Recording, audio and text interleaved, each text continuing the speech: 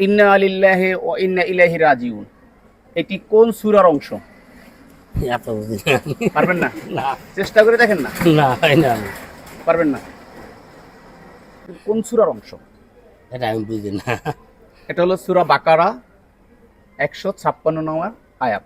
ও, কোন পাতা জন্ম থেকে মৃত্যু পর্যন্ত মানুষের সাথে থাকে?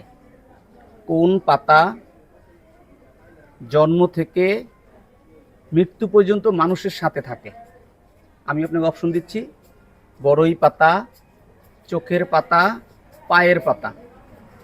এত চকিত সব চোখের পাতা আর পায়ের পাতা। পায়ের পাতা। উত্তরটি সঠিক, দুটাই। মাশাআল্লাহ। ইসলাম ধর্মের প্রথম খলিফার নাম কি? ইয়া উমর না, না, ইয়া। আমি আপনাকে অপশন দিচ্ছি: হযরত আবু বকর। আবু বকর। মাশাআল্লাহ, উত্তরটি সঠিক।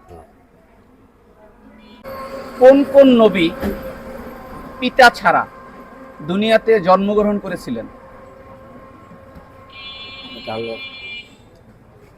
শুনছিলাম, মনে নাই আমার যে। আমি আপনাকে অপশন দিচ্ছি: হযরত দাউদ আলাইহিস সালাম, হযরত আদম আলাইহিস সালাম, হযরত নূহ আলাইহিস সালাম। না, আমি মূর্খ লোক তো, আমার কাছে এত প্রশ্ন দিলে পারবেন না? না পারবে না। অসংখ্য অসংখ্য ধন্যবাদ।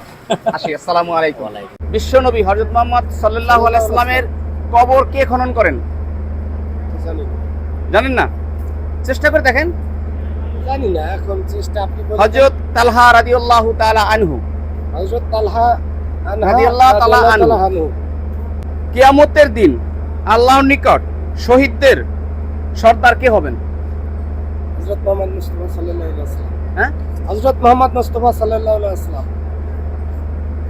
না, হযরত হামজা রাদিয়াল্লাহু তাআলা। হযরত হামজা শহীদদের সর্দার। জি।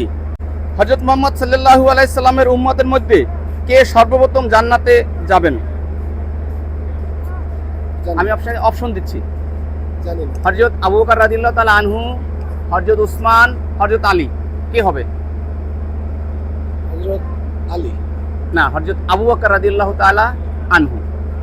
কোন ফেরেশতারা